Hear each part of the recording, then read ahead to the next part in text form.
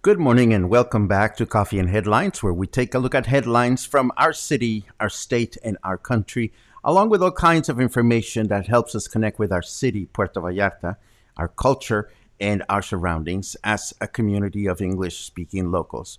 And, of course, the occasional shit show. As always, it is a pleasure to find ways to create connections for you. And if this is your first time here, please feel free to let us know that you're new by adding the word new in your comments. And if you have any important questions that you wish to address during the broadcast, please add the letter Q to your question or comment at the beginning, and we will be so very happy to address it as soon as possible.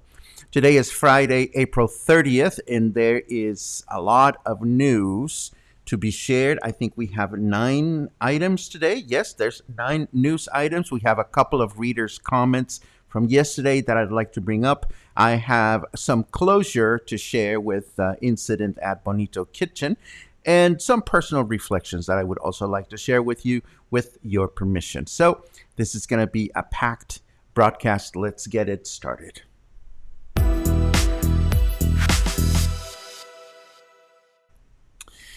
For starters, Health Undersecretary Hugo López-Gatell has confirmed that the COVID-19 pandemic in Mexico has been on an overall decreasing trend for the past 3 months. This is great news.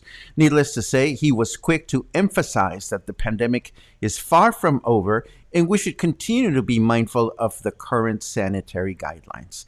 14 weeks have gone by, he said, and that is 3.5 months in which the pandemic is decreasing. We have managed to vaccinate approximately 10% of the population in Mexico, and this is also an element that contributes to this trend. Again, clearly we still have a way to go, but it is excellent to learn that we are headed in the proper direction. On a separate note, Hugo López-Gatell also commented on herd immunity, stating that we are far from reaching herd immunity in Mexico. He added that we can be closer to it by continuing to give vaccination priority to those that are most vulnerable, such as the elderly, and not necessarily those that are more likely to get infected, such as the younger generations. Now, because I didn't want to feel completely stupid about this business of herd immunity, I quickly Googled the term and found this very useful article published by the World Health Organization, and I will gladly add it to the show notes at the end of the broadcast in case you also need to brush up on your knowledge about herd immunity. And as long as we're talking about show notes, I want to thank you so much for all the wonderful feedback you gifted me about the show notes yesterday. Yes, it does take some time to put them together, but I enjoy doing it because, again, I feel it adds credibility to what we're trying to do. But it is also a joy to learn that they are important and useful to you.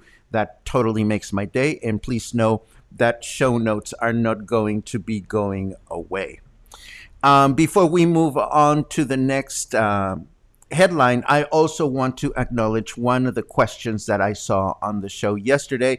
David McLean asked, sorry if this has been asked already, how are things in PV in terms of the COVID positivity rate? Are things getting worse or better? You know, David, thank you so much for reaching out to us. I think this is a wonderful question, and I think it will, can, and should be asked and answered over and over again, whether you are a local or a visitor or whatever. The good news, David, is that as you noticed from the news items that we shared, things are looking better in our city. I personally think, and in our country as well, things are looking much better. I think Puerto Vallarta is increasingly more and more wonderful each day to visit and safer to do so.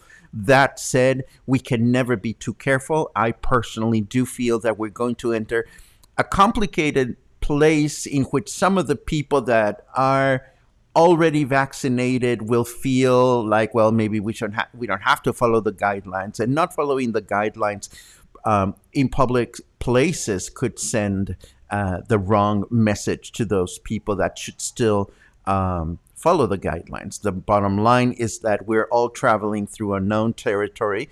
We don't know exactly when this is going to be over, but the bottom line is Puerto Vallarta is doing good. Mexico is doing good comparatively with other countries.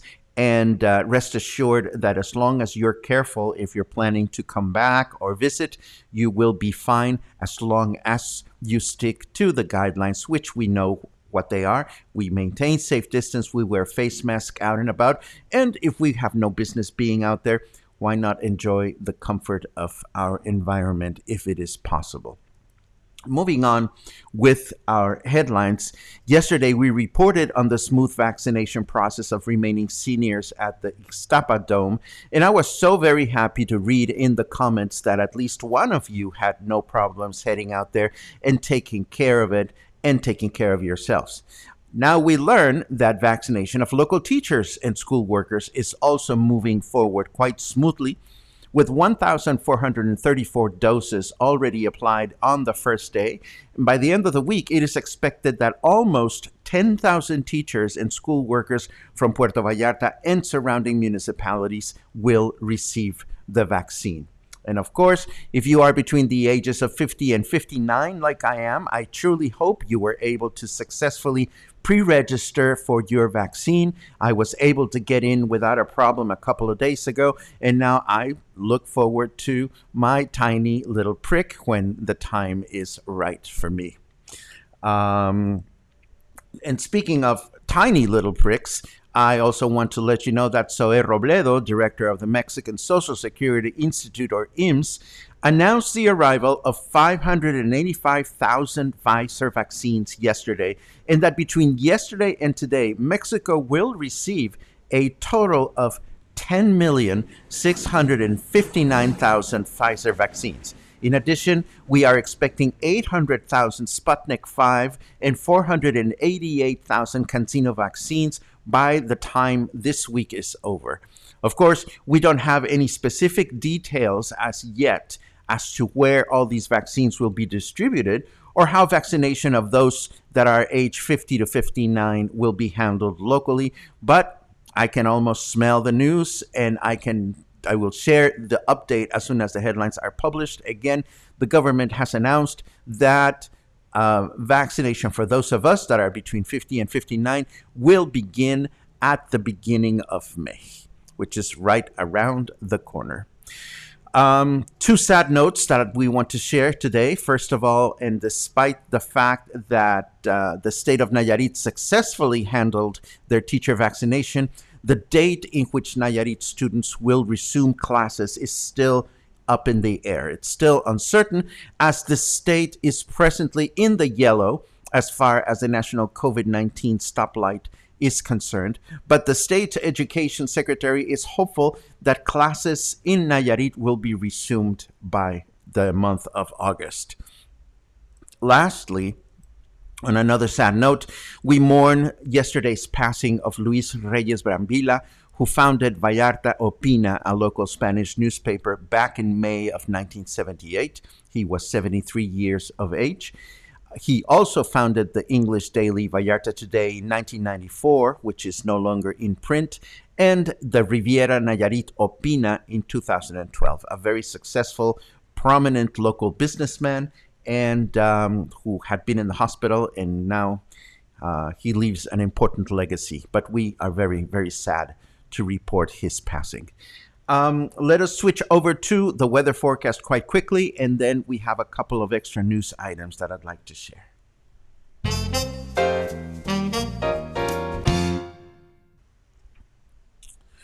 Okay, the weather forecast for today looks like, why can I not see my weather forecast? Hold on just a second. There's always something interesting happening that I cannot see what I want to see.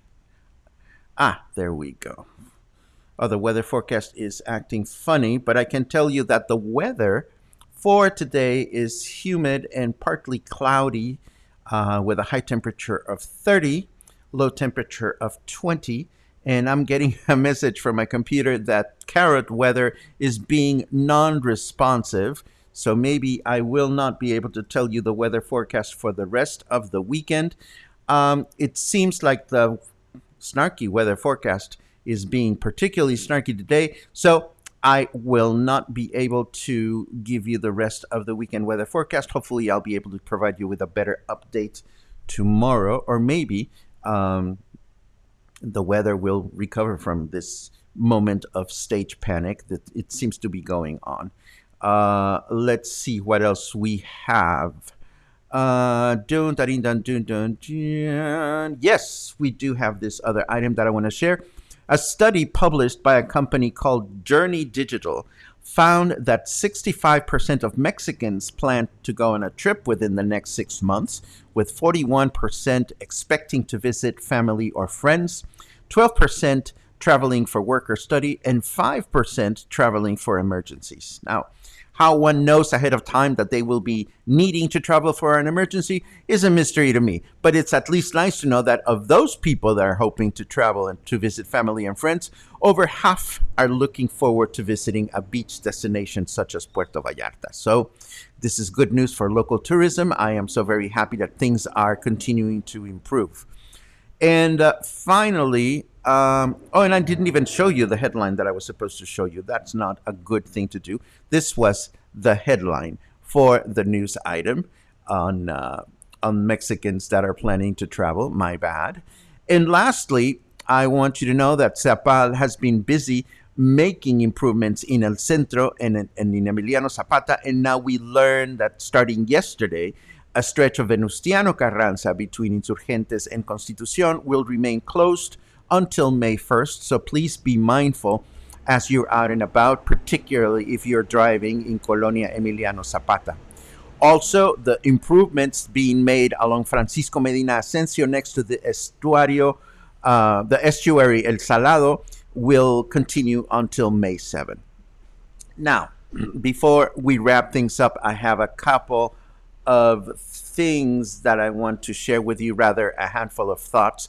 I want to thank you so kindly for confirming that having a healthy, uplifting community is something that is worth defending. And thank you so very much for all the words of kindness that you've shared with me over the past couple of days. They help me stay nurtured, and they help me stay in check, and they help me continue to stick to what is important here at Coffee and Headlines, which is to provide a helpful, inspiring environment where we can learn from each other, we can learn from our surroundings, and better enjoy them. Also, I want you to know that I've had the pleasure of connecting directly with Francie, who owns Bonito Kitchen. We had a lovely exchange, a truly civilized one, by the way, as I expected all along. And it was sweet to learn that there is some mutual admiration going on. We are both looking forward to having dinner together at some point. I've admired the work that she's done with the food bank, and she expressed interest in meeting me, which is also quite wonderful. It was also nice to see that she has her own set of fierce fans eager to defend her, as I do seem to have some of you that are quite eager to defend me. And I'm still recovering from some of the lovely hate mail that I've received over the past couple of days regarding the restaurant. But I do appreciate how many of us are passionate about about defending what we think is right. Although here at Coffee and Headlines, I've repeatedly asked of you to let me handle the dirty work for you whenever things have gotten heated, and you've been compelled to stand for me for who we are or what we do. And I will continue to ask moving forward if anything or anyone becomes unruly while we're enjoying the broadcast, please let me handle the dirty work for you. I want you to have the best possible experience here. In that spirit, I do have a challenge for you before we end today's broadcast.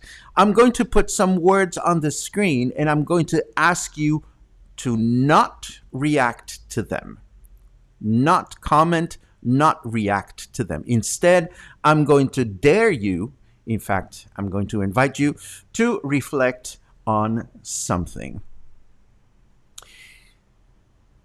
When we go out and about in our lives, we have the choice of how we wish to present ourselves and how we do not wish to present ourselves. We have the choice of how we want to express ourselves in writing. We have the choice of how we don't want to express ourselves in writing.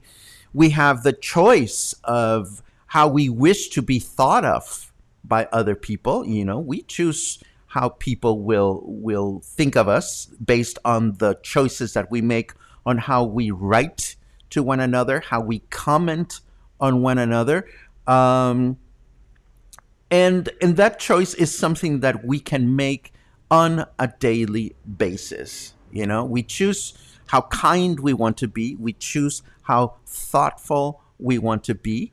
And along those lines, we choose what we want to allow into our lives and into our spaces. This is why I've made some very specific choices for myself as to what kind of people I choose to relate myself to, and how I wish to convey my thoughts and feelings publicly. So I wanted to share this this paragraph with you, and we will not make it a habit of providing so much airtime to things that are truly not as important as others.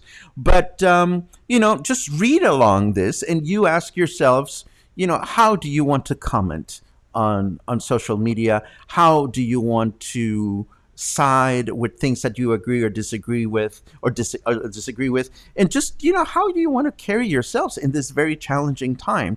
As for me, when I read something like that, I kind of want to put the what the fuck parrot on a little bit of a vacation, because this is the only thing I hear in my head.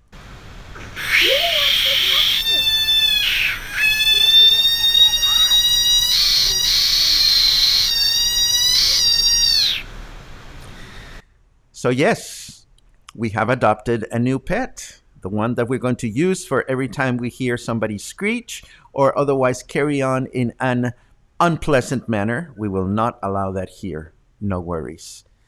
It is Friday. Have an awesome weekend. Stay kind, stay in touch, stay healthy, stay balanced, and come back soon. Hopefully, maybe tomorrow.